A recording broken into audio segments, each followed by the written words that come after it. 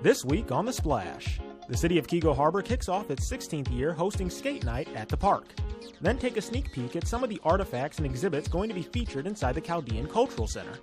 And later, two small girls within the community received a big honor from the city of Sylvan Lake. The Splash is a production of Civic Center TV. We're a news magazine that covers everything, from local news to feature stories, all so that we can bring you the latest from the greater West Bloomfield area. And now, let's dive into The Splash. Hello and welcome to another episode of The Splash. I'm your host, Jonathan Jackson, and as always, it's good to have you with us. The city of Keego Harbor is home to one of Greater West Bloomfield's biggest events of the year, Skate Night, an event that takes place every year in September alongside Team Keego and continues to grow in both size and attendance. The Splash's David Glazer has the story. For its 16th year in a row, the Keego Harbor Skate Night aims to bring families together and to provide a safe and fun place for activities. Sponsored by Team Keego, the event has grown dramatically over the years. It started out as skate night, and that's when skating was popular. It's still popular, but we've taken a different twist. We've brought in other entertainment. We've brought in lots of food for the public. And what I think is the nicest is it's a family event. And I just think it's exciting that Keego Harbor can put on this great event, and it was put on by a lot of people. So there was a lot of effort into it. So people that put on music, people that put on dance, people that got zip lines, someone's got that crazy train and face painting and good food, and it's a collaboration. And it shows that Keego Harbor can do these exciting things. We're putting Keego Harbor on the map, and it's a lot of fun. And with no surprise, we've asked what everyone's favorite part was of the night. Seeing the families. Because, just to be out and everybody enjoying each other, that's beautiful. You can't get no better than that. I think it's just bringing all the families together, the music. I know a lot of the kids that were dancing here today. It's just a great event all around. If you missed it, I'm sorry, but you missed something big and fabulous. For The Splash, I'm David Glazer. Thank you, David. And if you'd like to see more footage from this year's Skate Night event, then you can visit civiccentertv.com/Skate Night 2016. The Chaldean Cultural Center, located inside the Shenandoah Country Club, is asking residents within the township if they have official artifacts from Iraq and to bring them to their museum if possible. And the Splash's Cady Wozniak talked with the director of the center to find out more on its history and official opening. West Bloomfield is home to many of the finer things in Michigan, and soon it will be home to one more. The Chaldean Cultural Center, located inside the Shenandoah Country Club, catalogs nearly 5,000 years of Chaldean history. And the reason I'm involved in the Cultural Center is to help our children and grandchildren and future generations remember our culture, our history. Because of global situations today, we have lost a lot of our history, our culture, and our people are no longer gathered in one place in any one part of the world. Our homeland barely exists any longer. The Cultural Center's director, Mary Romaya, tells us a little bit about the audience the Cultural Center hopes to reach. One is our pioneers. Those people who were the first to leave Iraq, leave the villages in northern Iraq, and journey to America, and we're talking more than 100 years ago. In fact, we know that the first Chaldean to come to America was in 1889, and he went to Philadelphia. It is speculated that the Chaldean people settled in Michigan for several reasons, such as Ford Motor Company advertising jobs on Ellis Island, and Michigan's increasing population of Arabic-speaking communities in the early 20th century. So my family, as well as most of the families that originally came to this country, ended up working in the grocery store business and serviced a lot of people that worked in the factories at the time. The exhibits cover nearly the entire history of the Chaldean culture, from ancient times to today. The displays also cover parts of the different empires of ancient Mesopotamia. Here we have a real stone from the very first church built in Mesopotamia, which is located south of Baghdad, about 30 miles south of Baghdad. It was built by Saint Mary, we called. He built this church around, we can say about the third part of the 1st century. Many of the artifacts you see here are hundreds or thousands of years old, being bought from antique dealers from around the globe. All of these will be on display early November when the Chaldean Cultural Center is expected to open to the public. For The Splash, I'm Cady Wozniak. Thanks, Katie. And for those looking for more information on the Chaldean Cultural Center, you can visit their website at chaldeanculturalcenter.org. Driving down Orchard Lake and Maple Road has been difficult the past few weeks due to construction that started up in early August, which has some residents wondering why and when this project will cease. Here's The Splash's Danny Mann with a quick update.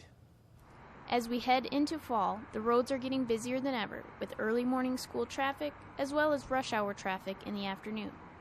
One area that's been congested as of late is Orchard Lake and Maple Road, which is undergoing major construction meant to help widen these roads in the future. Right now, there's an awful lot of traffic bottlenecked at Maple and Orchard Lake Road because there's not enough capacity at that intersection. This will help to ease that congestion, allow traffic to flow more freely through that intersection. It'll be easier to get in and out of the businesses in the area because there won't be as much congestion, especially during the rush hour periods. And that will improve access, it'll improve traffic flow, it'll improve safety, so provide a number of benefits for the community. Meanwhile, progress on the widening of the road has continued steadily at this time, with some minor traffic delays throughout the week. However, this project is expected to end by late November, just in time for the holidays. For The Splash, I'm Danny Mann. Thank you, Danny. And for more updates on traffic and construction going on here in West Bloomfield, stay tuned to Civic Center TV for all the latest news. Still more to come, though, on this week's episode, including a pair of elementary school students taking on a rather big responsibility. And George Moore's got an all-new episode of Sidewalk Talk on the way. Stay tuned. Don't go away. You're watching The Splash on Civic Center TV. Civic Center TV celebrates our region's natural beauty, proud history, tremendous accomplishments, and more with Another Angle, a series featuring a unique bird's-eye view of our area's landscape. Watch Another Angle on Civic Center TV, television that's close to home. Civic Center TV has gone social.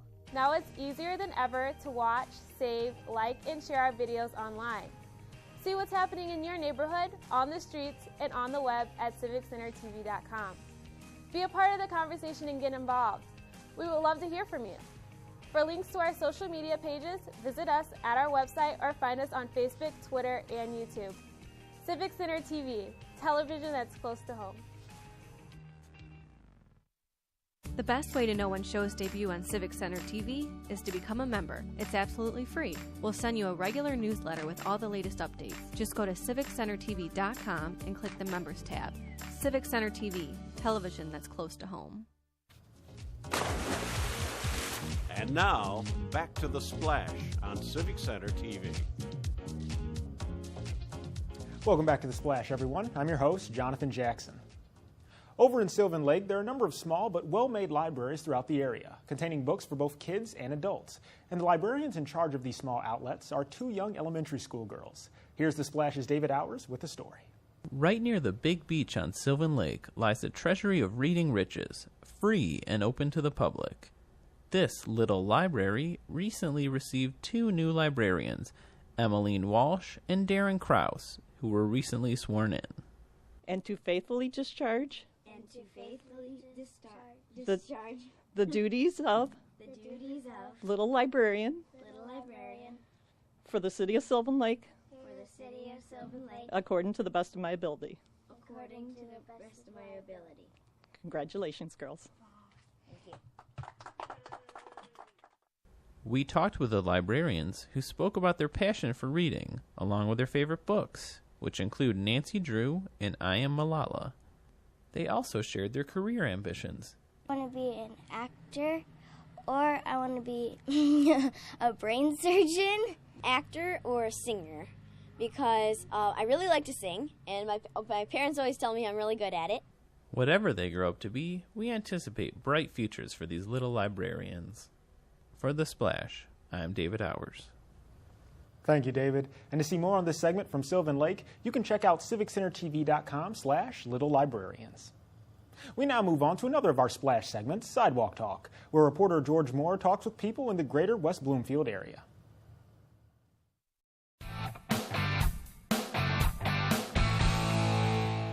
Hi, George Moore for Civic Center TV and The Splash. We're out on the streets of West Bloomfield, the greater West Bloomfield area, again, asking the questions nobody else will ask, and you give us the answers. Join us.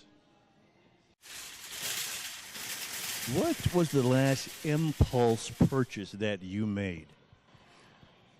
It was a piece of sculpture of 5 ladies. And 4 ladies. And I wanted to buy it because it made me think of myself and my 3 sisters. I guess I bought a piece of salmon yesterday that I didn't really need, and I threw an extra piece in the freezer. Was it good?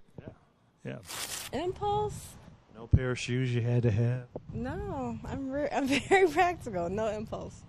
I can't think of one. Okay, my husband and I just got back from Hawaii. He really made the impulse purchase. I was going to shoot him. It's this laser for your face. It's a crazy purchase. Yeah, don't ask. Stereo. It was a radio at Walmart. Only about $100, so it was on sale. Couldn't help myself. The last impulse purchase that I made was a watch, Movado watch with the pink face. Watch. I didn't really need it because I already had a Movado watch, but this one had a pink face, and I just decided, heck, I like it. I'm buying it. A pair of shoes. A pair of shoes. Yeah. How'd that work out? Great. Actually, I wore them to the wedding that I went to on Saturday. The last impulse purchase that I made was a pair of shoes. They were way too expensive, a little bit outside of my budget, and I charged them to my husband. Can you believe some of the questions we ask? Neither can I, but you answered them as always. So we got some good stuff. So until you see us next time, for Civic Center TV and The Splash, I'm George Moore. Sidewalk Talk. Thanks, George. As usual, a lot of great answers this week. Even I'm prone to the impulse buy every now and then. And if you'd like to see even more Sidewalk Talk, then you can check out civiccentertv.com/Sidewalk Talk. But time now for a Civic Center event update. And to stay up to date on all the following current events, you can visit civiccentertv.com/events. So without further ado, let's get started.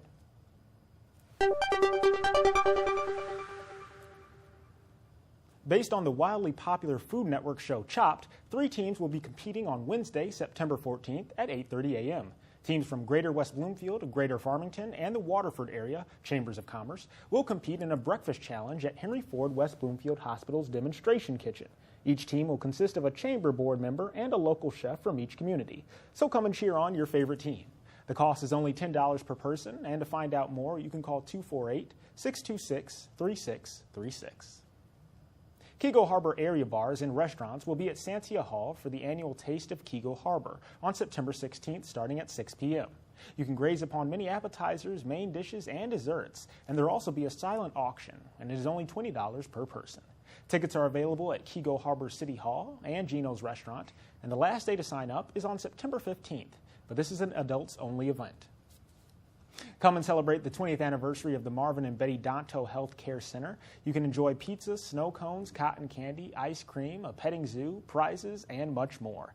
The event takes place on Sunday, September 18th from 1 till 4 p.m. Hope to see you there.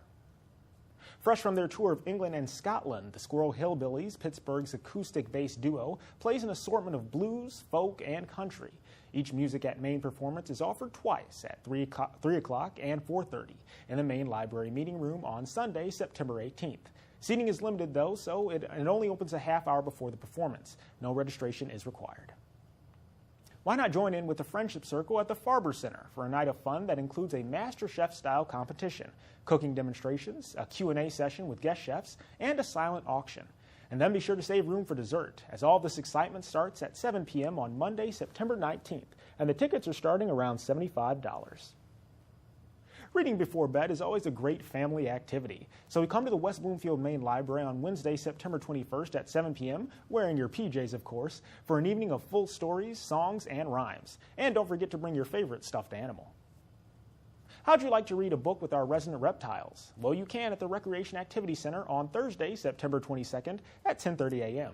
when their box turtle joins in for this special story time. You can even make a craft to take home and later enjoy some of the outdoor activities.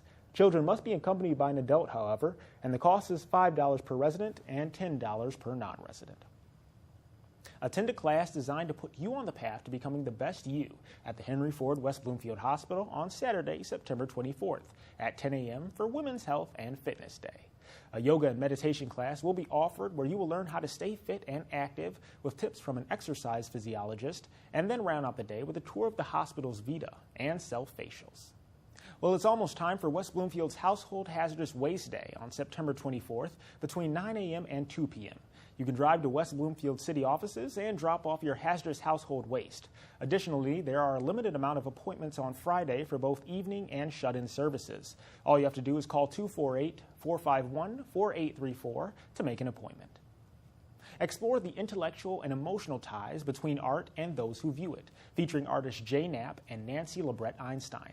This collection is at the Janice Sherratt Gallery now through September 29th in the upper gallery, where you can view the 2016 Schoolcraft Metal Sculpture Art Show. Do you know how to make a bird feeder? Well, how about one from recycled materials? Well, if you're interested in challenging yourself, then why not participate in the Recycled Materials Bird Feeder Contest, where you can take items like a juice carton, metal scraps, glass jars, or just about any other weatherproof materials that can be reused to create a functional work of art. Then bring your handcrafted bird feeder to West Bloomfield Town Hall from October 3rd to October 17th to be included in the display inside the corridors of Town Hall or outside on the trees. Your bird feeder could even be entered into a contest, which could win you a prize. Meanwhile, the winner will be announced on November 18th at the recycling celebration at West Bloomfield Town Hall. Well, that's all for now, but if you're looking to find even more events going on in your neighborhood, then be sure to follow us at civiccentertv.com/events and look up our events calendar. And as always, you can watch our channel for more information on everything going on in the greater West Bloomfield area. Well, it's time now for a quick break, but afterwards, stay tuned for one of my previous interviews with Jason Hanson, former NFL player and kicker for the Detroit Lions. Don't go away. You're watching The Splash on Civic Center TV. I'm Kelly Waterfall for Civic Center TV. All around West Bloomfield, people are saying there's great, if not totally compelling programming on Civic Center TV. What's the best way to know when our newest shows debut? Become a member. It's absolutely free. We'll send you a regular newsletter with all the latest updates. Just go to civiccentertv.com and click the Members tab. Civic Center TV, television that's close to home. Be sure to catch live coverage of Laker sports, up-to-date information on local events, and of course, non-stop music on 89.3 WBLD, the all-new Lakes FM. For years, Civic Center TV has been bringing you live coverage of local municipal meetings. The meetings are now available on demand at civiccentertv.com/meetings or watch the meetings again the following day on Civic Center TV, television that's close to home. And now, back to The Splash on Civic Center TV. Hello, everyone, and welcome back to The Splash. I'm your host, Jonathan Jackson. And my guest on the show this week is former NFL kicker for the Detroit Lions, Jason Hanson. Now, he's not only the highest scoring Lion in the franchise's history, but also one of its longest serving teammates for over 20 years. So, Jason, thank you for being with me today. Thanks for having me. All right. So, Jason, tell me a little bit about how you got started in football. Where did you go to college? I went to Washington State University. Played there for 4 years, but growing up I was a soccer player, and all my buddies were football players, and so they were like, hey, you need to come play some football if you're tough.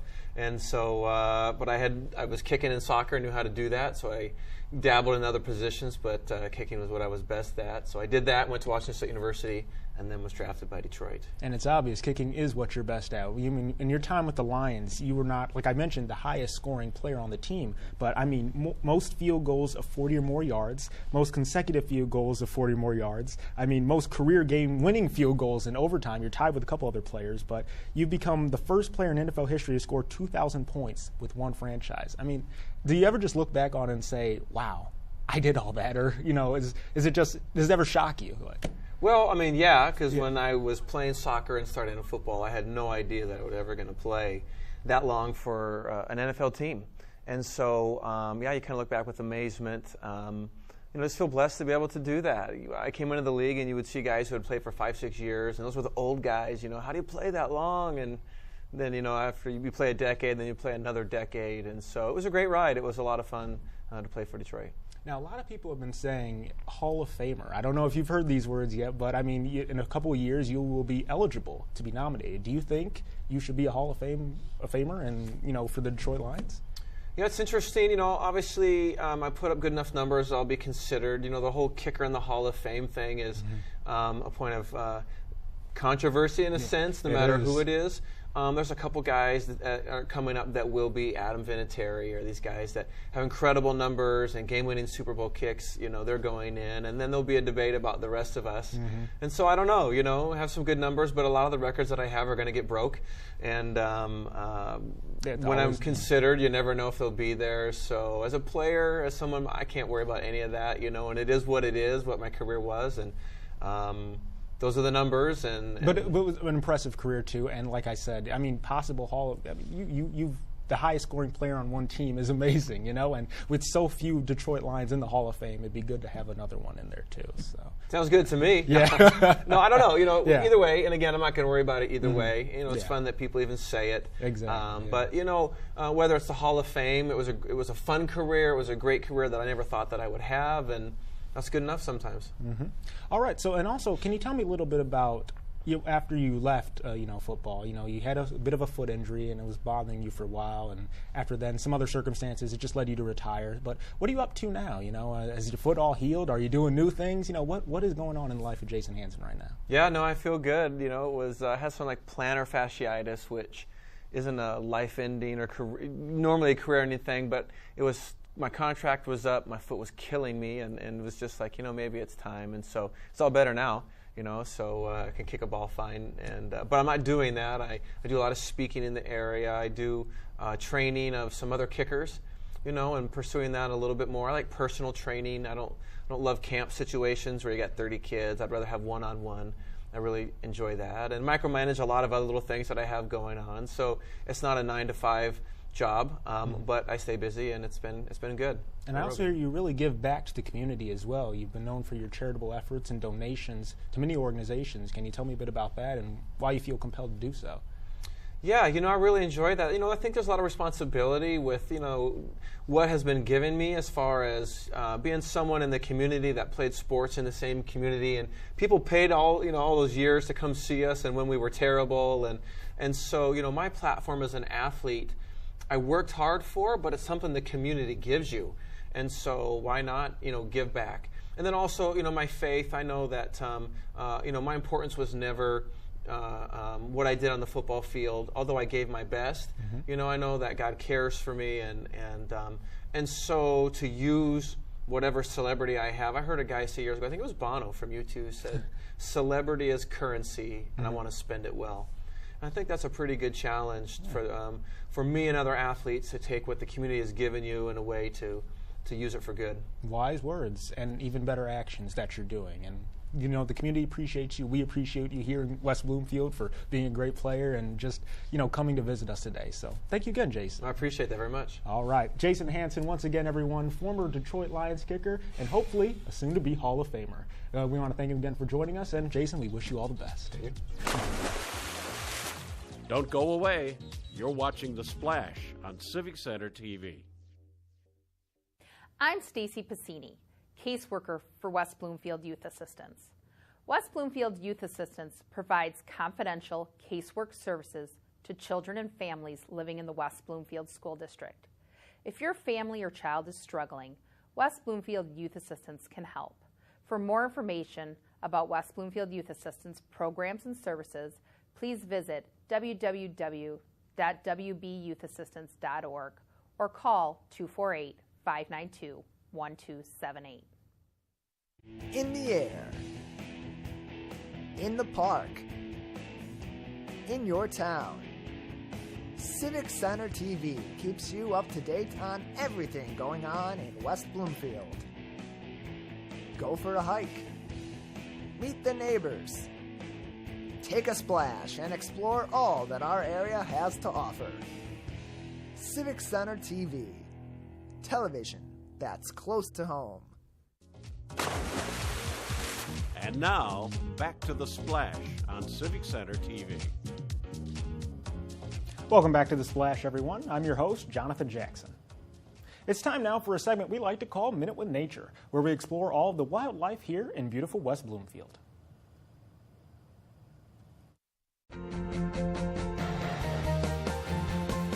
Hello and welcome to Minute with Nature. I'm your host, Lauren Azuri, the park naturalist for West Bloomfield Parks and Recreation.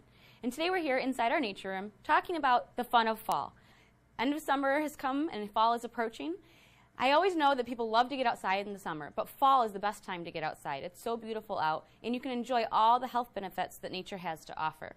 We have lots of parks throughout West Bloomfield for you to explore. Our nature preserve is the best in the fall. It's a mature oak and hickory forest, so those fall color changes are perfect to view on the trails there. It's 162 acres for you to explore with about 3 miles of trails.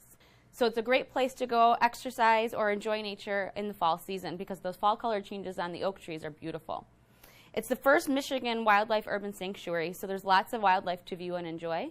And of course, it's migratory season for the birds, so you can catch lots of birds migrating through there this time of year. And we also have Bloomer Park on Richardson Road, and it has a picnic pavilion overlooking Middle Straits Lake. So it's a great place to enjoy the fall colors and enjoy the water too. A lot of people get out in the summer and canoe and kayak in the lakes, but fall is a great time to do that. You're never really getting in the water because we have a great canoe and kayak launch at Marshbank Park, and you don't have to touch the chilly water in the fall, so you can get out there and still enjoy the views that the water has to offer, like our great blue herons and our muskrats that might be swimming in the water this time of year.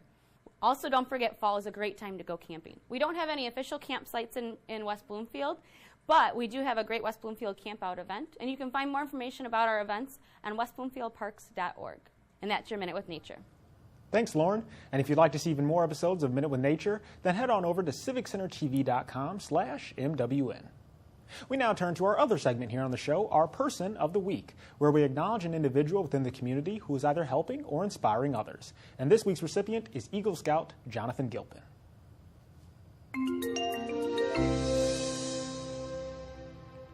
Local Eagle Scout Jonathan Gilpin is well known over at West Bloomfield Parks and Rec, and that's because he helped to contribute to their sensory garden, a nice little area where kids can play and explore outdoors, but within an enclosed area. All across the gardens are these wooden signs depicting the activities available to kids, and these signs were all made possible by Jonathan, who found the logs and 4x4s all by himself, and then received some help from his mother with the art and utensils. In the end, it took him around 3 months to complete the project, but it all paid off, as these signs are still standing over at the Sensory Garden today and continue to show off his hard work, enthusiasm, and reason for making him our Person of the Week. If you or someone you know is providing a service to their community, then let us know by sending an email to The Splash at civiccentertv.com. We want to congratulate those who are making a difference in our area, and we appreciate any and all suggestions. But unfortunately, that's all the time we have for today. But as always, you can catch new episodes of The Splash every Monday at 6:30 and throughout the week for replays. You can also look up previous episodes online at civiccentertv.com or follow us on Twitter, YouTube, and Facebook under Civic Center TV for more information. And for all our friends in Sylvan Lake, Orchard Lake, Keego Harbor, and of course, West Bloomfield, I'm Jonathan Jackson, and we want to thank you for watching.